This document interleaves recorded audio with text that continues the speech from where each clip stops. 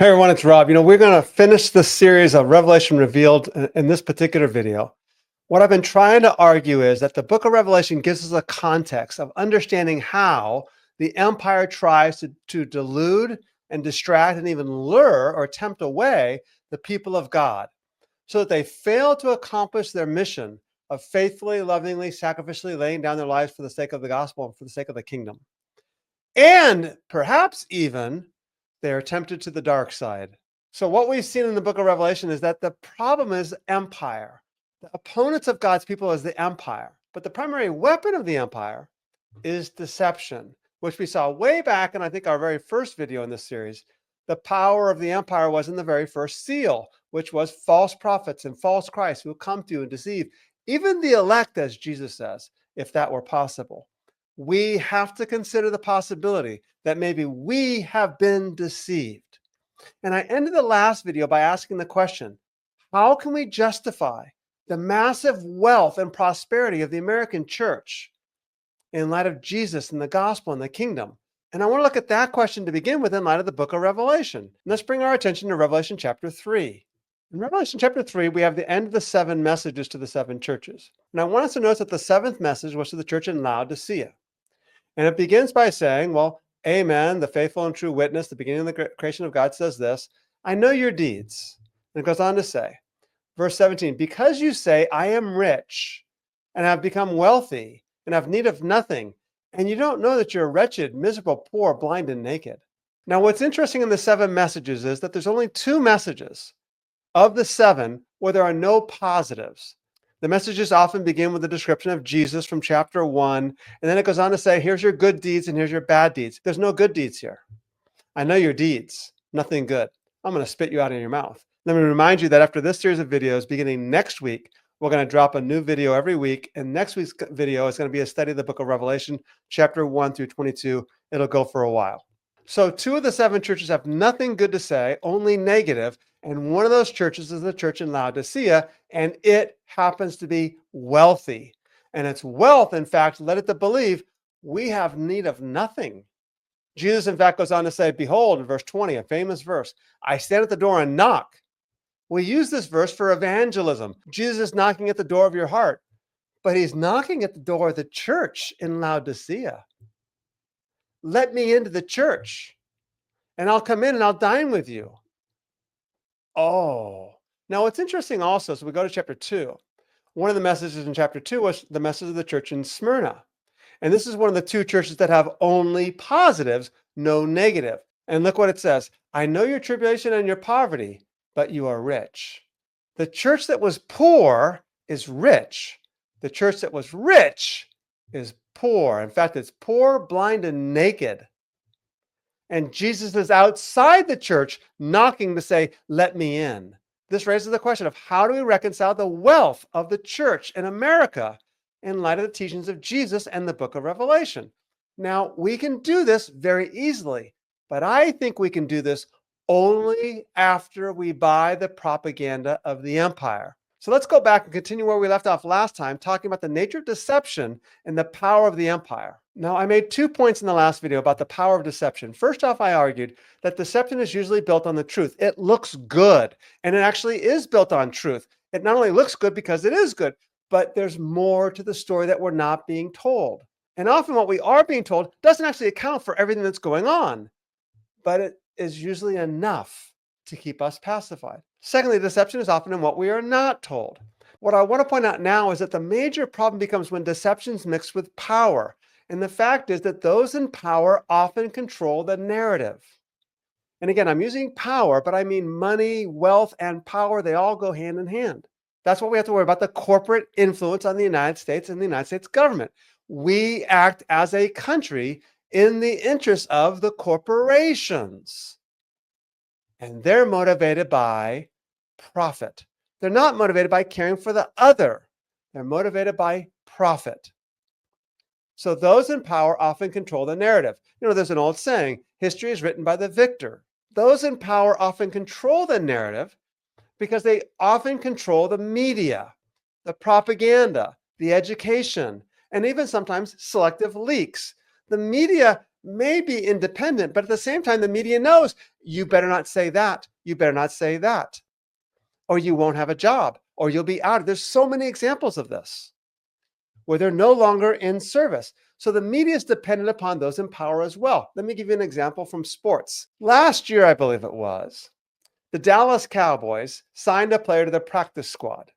And the media personality who broke the story said, the Dallas Cowboys have made an elite signing.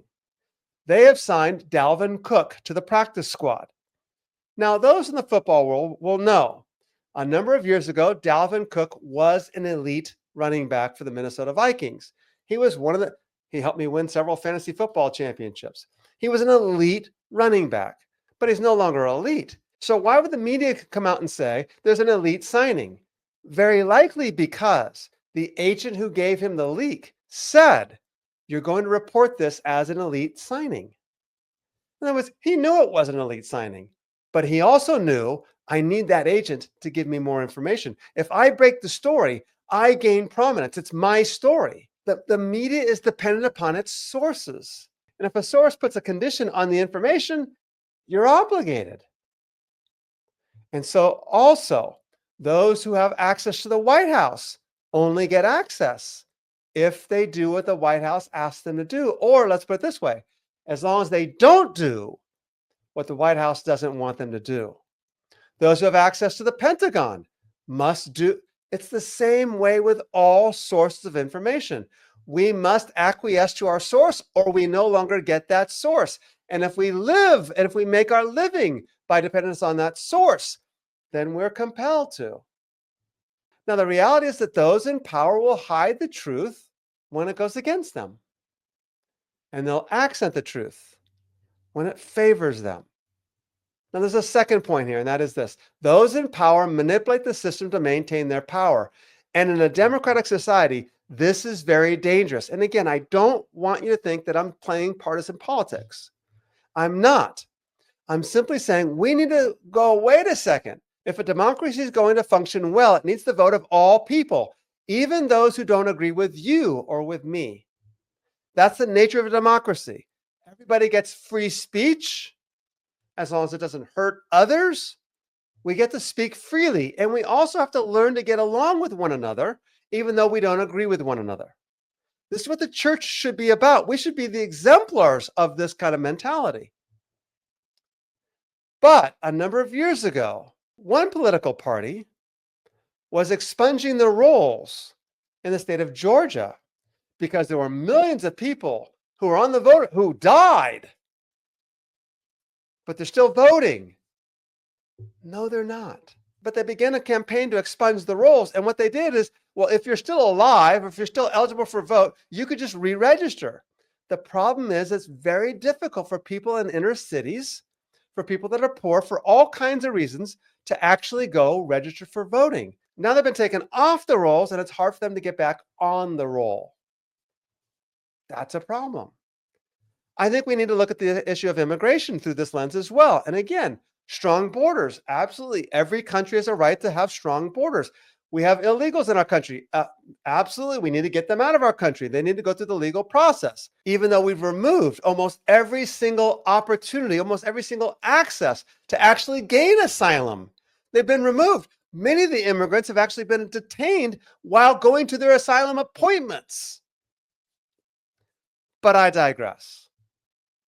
One of the other issues with immigration and the removing of illegals, and lots of people are being rounded up that are not illegal, but they all tend to come from the political party that does not correspond with those in power. Now, you guys, Rob, you're anti-Trump. If you read my blogs for the last 5 years, you'll note I'm an equal opportunity offender.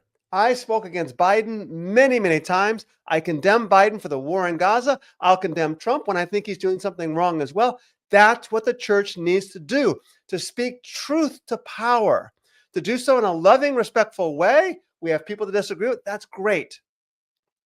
I'm simply raising questions. Has the campaign against immigration gone so far because it's an effort to maintain their power? Let's get rid of those who will not vote for us. Now, another very important element of deception is that it builds upon the good guys, bad guys paradigm. Now, I've said this for years. One of the problems that we have sometimes as Christians is we read the Bible as though, well, I'm the good guy, and therefore I'm on Team Jesus. I'm the good guy, therefore I'm on Team Isaiah. I'm on Team Paul. Paul, you tell those Corinthians. I can't believe the Corinthians would be that foolish to do all those things. Why won't they listen to Paul? Here's a very interesting question. The book of Revelation was written to the 7 churches. 2 of the churches had nothing good, only negative. Here's my question. How did they receive the message of Revelation? I think we just assume, oh, they received it well. Oh, John, you're so right. Let's get that Jezebel out of our church. Let's repent. I think John's told them about Jezebel. I think they know about this false prophetess.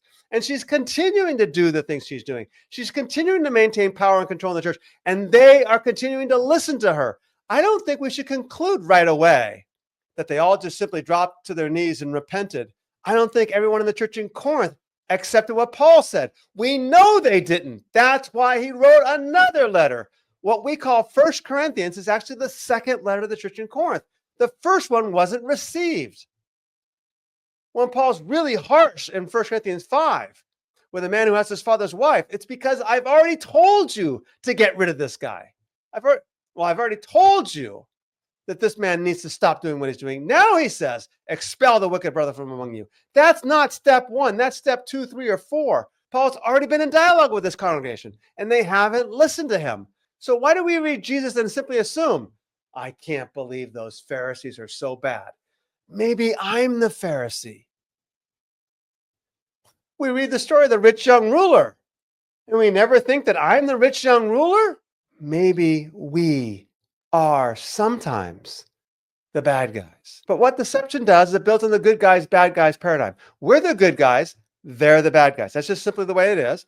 In the modern world, of course, Russia is the bad guys. In the modern world, Islam is the bad guys. Back, when I was young, a few years ago, communism was the bad guys. You look at much of what America did in South America, in Central America, in Latin America, it was because the communists were coming into power.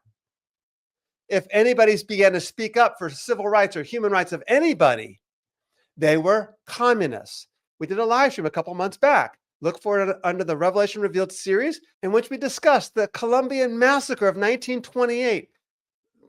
Workers were striking because they simply wanted better working conditions. They wanted better pay. And you know what they did? They slaughtered dozens, if not hundreds, if not as many as 2,000 were slaughtered. Why? Because they were communists. No, they were just human beings, moms and dads, wanting more working rights. So one of the first weapons of the propaganda machine is to demonize your opponents. Look, for example, at the Declaration of Independence. The Declaration of Independence begins, as you all know, with we hold these truths to be self-evident that all men are created equal. It goes on then to demonize the King of England by saying, well, the history of this present King of Great Britain is a history of repeated injuries and usurpations, and maybe this is true. It then goes on to list 27 grievances against the King of England. I think it's 27. And look at the last one. He has excited domestic insurrections amongst us. He has endeavored to bring on the inhabitants of our frontiers, the merciless Indian savages. Why would the Declaration of Independence demonize the Native Americans? Because it justifies killing them. If they are savages, then guess what savages do? They kill you. They rape your daughters. They pillage your land. You better take care of them before they do it to you. We demonize our opponents, and that justifies doing whatever we want or whatever we need to them. This was done, of course, repeatedly in the days after Hamas's horrific terrorist attack against Israel in October of 2023. Within hours, if not within a day or two, the government of Israel came out and said, they're all savages. There are no innocents in Gaza. They're all human animals. This is all language that was used. I'm not making this up. Actual language. That's why the International Criminal Court said, we think Israel's on a path towards genocide because they're using genocidal language. When you say they're all human animals, it makes it acceptable to kill them all. It makes it acceptable to cut off food, water, clothing, and gas, medical necessities. It makes it acceptable to bomb their hospitals. We do these things only because we've accepted the propaganda of the empire. But Christians need to stop and go, wait a minute. All people are made in God's image.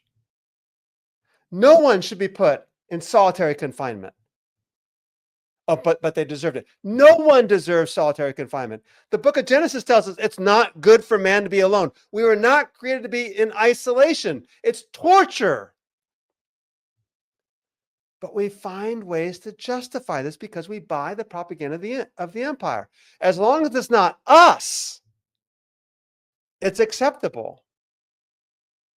But folks, what's to say it's not going to be us someday? Right now, we're the ones in power. But what happens someday if we're not? Then what are you going to do? Then we're going to cry out against injustice. But why don't we listen to the cries of injustice now from the people who are crying out of injustice?